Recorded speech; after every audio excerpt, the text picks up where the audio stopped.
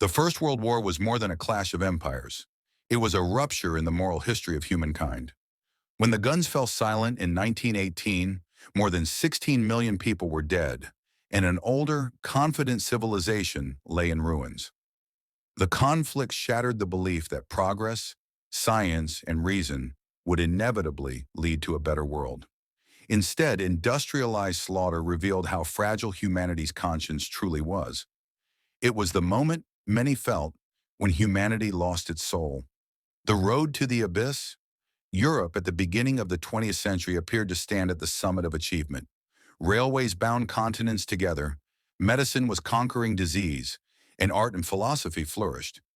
Yet beneath the glittering surface festered rivalries and fears. Nationalism taught peoples to see neighbors as enemies. Vast alliances divided the continent into armed camps. Military planners spoke casually of wars that would be short, glorious, and decisive. The assassination of Archduke Franz Ferdinand in June 1914 lit the fuse, but the explosion had been prepared for decades. Within weeks, enthusiasm swept through capitals. Crowds sang in the streets of Berlin, Paris, Vienna, and London, convinced that they were marching toward honor. Few imagined that they were stepping into a furnace that would consume a generation. The industrialization of death. What made this war different was not simply its scale, but its method. Humanity had learned to kill with machines. Machine guns, heavy artillery, poison gas, submarines, and aircraft transformed battlefields into factories of death. Trench systems stretched from the North Sea to Switzerland, turning landscapes into moonscapes of mud and wire. Soldiers discovered that courage counted for little against shells that could tear a man apart before he saw the enemy. At Verdun and the Somme, hundreds of thousands were sacrificed for a few miles of ground. Commanders spoke the language of mathematics. Divisions expended, acceptable losses, while the dead lay uncounted in shell holes. The individual soul disappeared beneath statistics. Gas attacks added a new dimension of horror. Clouds of chlorine and mustard gas drifted over trenches, burning lungs and blinding eyes. Death became not only violent, but intimate and lingering. The old codes of chivalry dissolved in the green mist. Civilians in the line of fire.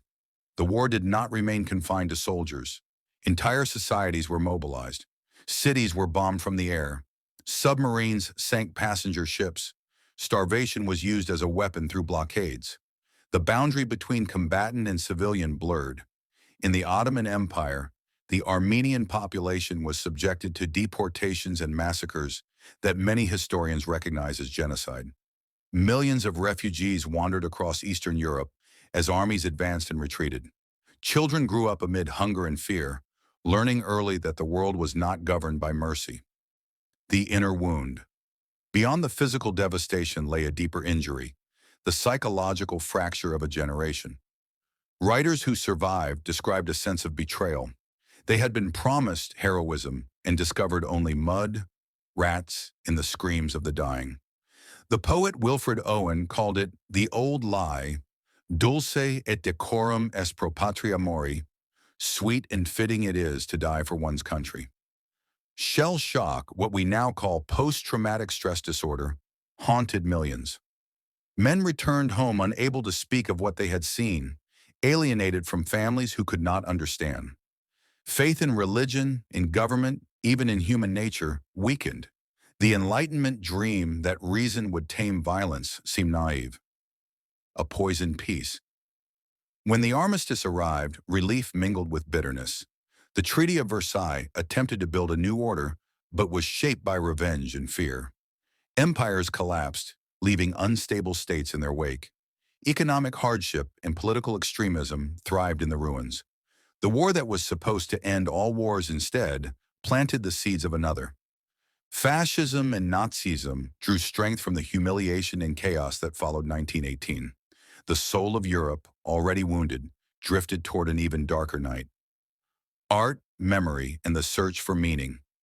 Yet amid the wreckage, artists and thinkers struggled to recover what had been lost.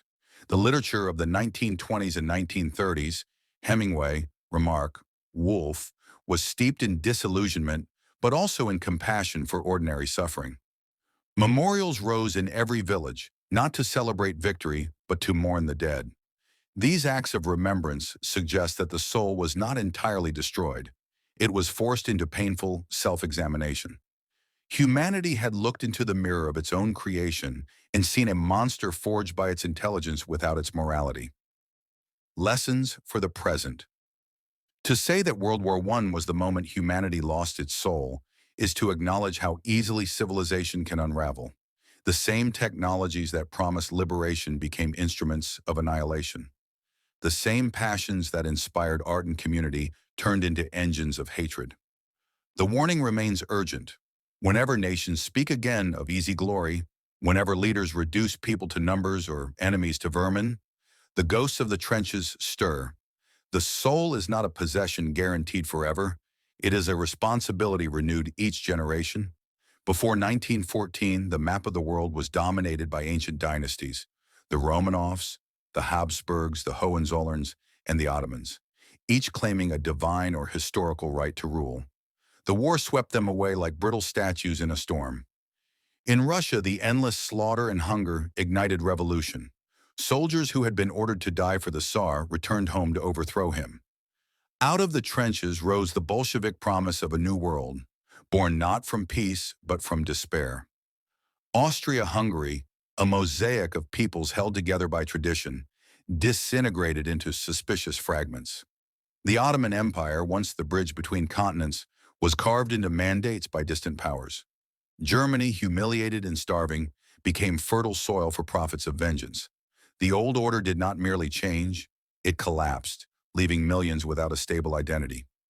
When empires died, so too did the certainties that had given meaning to ordinary lives. Technology without mercy. The war revealed a terrifying truth. Human imagination had outrun human wisdom. Scientists who once dreamed of conquering nature found their discoveries chained to cannons and laboratories of poison. The airplane, a symbol of freedom, became a hunter in the sky. The submarine turned the oceans into hiding places for unseen killers. Even medicine, devoted to healing, learned new skills in amputation and triage to keep pace with mutilation. Factories measured success by the speed with which they could replace the dead with shells and rifles. Workers who never saw the front participated in killing from a distance. Morality became diluted across assembly lines. Responsibility belonged to everyone, and therefore to no one. The soul of the individual dissolved into the machinery of total war. Voices from the trenches. Amid the thunder of artillery, fragile human voices tried to preserve their sanity. Letters sent home carried two languages, one of reassurance for anxious families, another of coded terror between comrades. Soldiers adopted dark humor to survive, naming their trenches and rats as if they were neighbors. Friendship became the last shelter against meaninglessness. Many discovered unexpected brotherhood with the enemy. Christmas truces, though rare, revealed how thin the official hatred truly was. Men who had tried to kill each other hours before shared cigarettes and photographs. These moments of humanity were quickly forbidden by high command, for compassion was dangerous to the logic of war. Women in the unseen front. While men drowned in mud, women inherited the skeleton of civilian life. They entered factories, hospitals, and offices, proving abilities long denied them. Their emancipation was born from necessity rather than justice. Mothers learned to read casualty lists like daily prayers. Wives became widows before learning to be brides. The war altered the meaning of family. Children grew up with absent fathers or fathers who returned as strangers. The home front carried its own scars. Grief without graves, love without bodies, hope postponed year after year. The soul was wounded not only on battlefields but in quiet kitchens and empty bedrooms. Faith on trial church bells had blessed the armies of every nation, yet no miracle arrived. Theologians struggled to explain how a just God could permit such oceans of blood. Some clung more fiercely to belief. Others turned away in silence. Cemeteries multiplied faster than sermons. Philosophers spoke of an age of absurdity. If civilization could engineer Verdun, what did morality mean? The idea of inevitable progress died alongside the soldiers. Europe entered a spiritual winter in which cynicism seemed more honest than hope. The long echo. Even after the treaties were signed, the war continued to live inside survivors. Veterans gathered in taverns and relief halls, attempting to translate nightmares into ordinary language. Governments offered medals where meaning was required. Borders drawn in conference rooms ignored the complex souls of peoples who had lived together for centuries, ensuring that the echo of gunfire would return. Art became a battlefield of memory. Painters fractured reality into jagged shapes. Musicians abandoned harmony. Writers invented broken heroes. Culture itself seemed to stutter, searching for a new grammar after the old words had been buried at Ypres. Toward an uncertain dawn, yet within the darkness, small lights persisted. Humanitarian movements were born from guilt and compassion. The idea that war must be limited by international law gained strength. Ordinary people, having seen the abyss, children of the ruins. The generation that followed the armistice inherited a landscape of silence. Across Europe, schoolyards stood in the shadow of memorial statues, listing names too numerous for young voices to read aloud. These children learned geography from maps redrawn by victors and from stories their parents could barely finish. For them, the war was not an event, but a climate, like winter that never fully ended. Many grew up in homes where a chair remained forever empty. Fathers who returned were often unable to teach tenderness. They knew only discipline learned in trenches. The language of affection had been replaced by commands and caution. Thus the war reproduced itself quietly inside families, shaping tempers that would one day be ready to follow new banners and new hatreds. The economy of despair peace did not bring prosperity. Fields were churned to lifeless mud, railways twisted like broken bones, and entire regions lived on charity. Inflation devoured savings. Veterans sold their medals for bread. In such soil, democracy struggled to take root. People who had sacrificed everything for distant governments began to doubt the value of freedom itself. Politicians learned to speak the vocabulary of wounded pride. They promised to restore what had been stolen by treaties and enemies. The crowds who listened were not born cruel. They were exhausted, frightened, and hungry for dignity. The lost soul of the war wandered into the marketplaces of politics and found new owners. Borders drawn in blood. The diplomats of Paris believed they were building a rational order, yet they drew lines across the villages, rivers, and memories with little understanding. New nations emerged: Poland, Czechoslovakia, Yugoslavia, each carrying minorities who felt suddenly foreign in their own homes. The Middle East was divided by rulers who had never walked its deserts.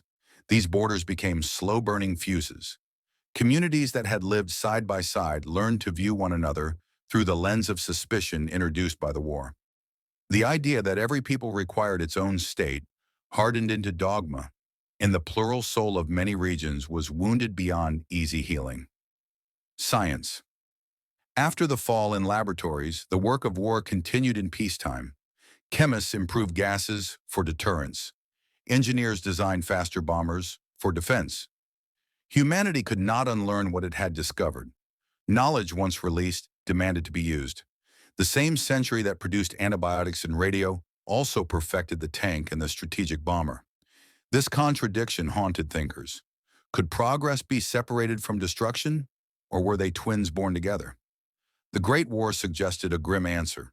Without moral compass, intelligence becomes merely a sharper knife. Remembering the unknown soldier, every nation created rituals to tame grief. The tombs of unknown soldiers were meant to gather millions of private sorrows into a single sacred story. Yet these monuments also concealed uncomfortable truths: the mutinies, the executions for cowardice, the generals' mistakes. Memory was polished like marble until it fit the needs of patriotism. Still, when veterans stood in the rain on anniversaries, many felt a different memory stirring: of shared cigarettes with enemies, of the simple wish to live. Beneath the official speeches survived a quieter testament that ordinary people had been better than the war they were ordered to fight. The moral reckoning. Philosophers of the interwar years asked whether evil was exceptional or ordinary. The trenches suggested it was frighteningly ordinary, performed by clerks, teachers, and farmers who would otherwise have lived gentle lives. If such men could become instruments of mass death, what protected civilization from repeating the descent? Some concluded that only international solidarity could restrain nations. Others placed faith in strong leaders. The argument itself showed how deeply the old certainties had died. Humanity was searching for a new soul, but did not agree on its shape. Seeds of another storm. By the early 1930s, the promises of 1918 sounded hollow. The Great Depression reopened wounds that had never healed. Demagogues pointed to the unfinished business of the previous war and offered simple explanations for complex misery. The world had not stepped out of the shadow of the trenches. It had merely paused to reload. Thus, the First World War proved to be not a closed grave, but a restless ancestor, guiding the hands of those who prepared for an even greater catastrophe. The soul, wounded once, was tempted to surrender entirely. Toward responsibility.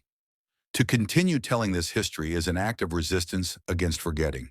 The war teaches that evil rarely arrives wearing horns. It comes dressed in flags, anthems, and the comfortable logic of necessity. Each generation must decide whether to repeat the obedience of 1914 or the compassion glimpsed in forbidden truces. The story does not end with despair alone. Out of the ruins eventually grew movements for human rights, for cooperation among nations, for the belief that even enemies share a common destiny. These fragile achievements are answers, however incomplete, to the question posed by the guns. Echoes in the modern age. More than a century has passed, yet the Great War breathes beneath the skin of the modern world. The institutions created to prevent another catastrophe, the League of Nations and later the United Nations, were born directly from its ashes. International law, refugee conventions, and the very language of human rights emerge as attempts to answer the question the trenches had asked: how can power be restrained by conscience? But the century that followed showed how fragile those answers were. New wars adopted the same logic of total victory, often using technologies that were grandchildren of the Somme's artillery. The drone, the missile, the cyber weapon, all carry the family resemblance of 1914. Distance between killer and killed, efficiency without mercy. The soul is tested again whenever a screen replaces a human face. Memory as a battlefield. Nations continue to argue over how the war should be remembered. Some speak of sacrifice and national rebirth, others of pointless slaughter. Textbooks become quiet arenas where pride wrestles with guilt. The past is edited to serve the needs of the present, and in that editing, the dead risk being betrayed a second time. True remembrance requires discomfort. To honor those who fell is not to decorate the causes that sent them to die. The crosses and crescents of military cemeteries ask for humility, not triumph. They remind us that every ideology, however eloquent, must be measured against the broken bodies it leaves behind.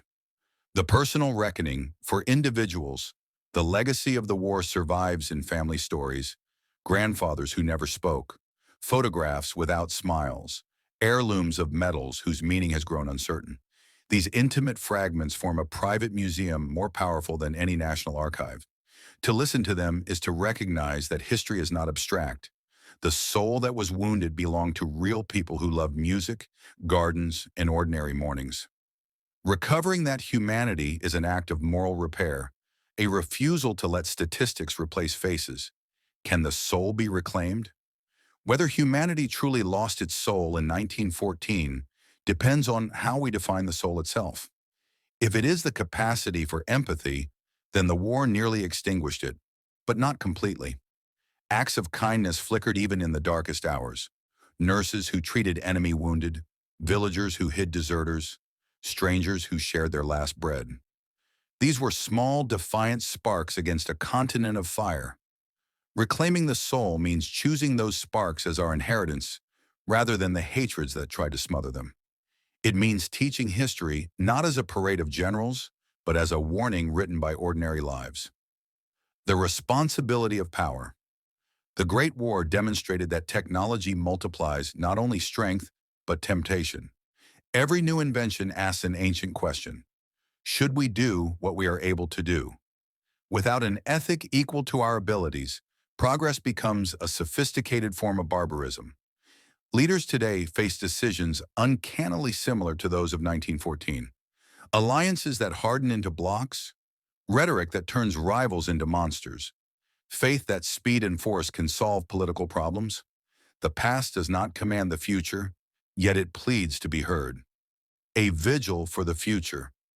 On quiet evenings in Flanders and Gallipoli, Visitors still walk between endless rows of names. The wind moves through the grass like a distant crowd. Standing there, one senses that the war was not only a European tragedy, but a human one, a moment when the species discovered the depth of its own shadow. To keep vigil at such places is to make a promise, that we will doubt the easy call to arms, that we will defend the dignity of the stranger, that we will remember how thin the line is between civilization and ruin. Final reflection: World War I remains a vast question mark written across the 20th century. It revealed how quickly enlightenment can dissolve into cruelty, how proudly educated societies can march toward madness. In that sense, humanity did lose its soul, or at least misplaced it amid the thunder of guns. Yet a soul, unlike a territory, can be found again. It waits in the choices of the living, in the courage to negotiate rather than destroy, to mourn rather than boast, to see in the enemy a distorted mirror of ourselves. The fields where millions fell do not ask for despair. They ask for vigilance and mercy. If we listen carefully, the silence after the last shell still speaks.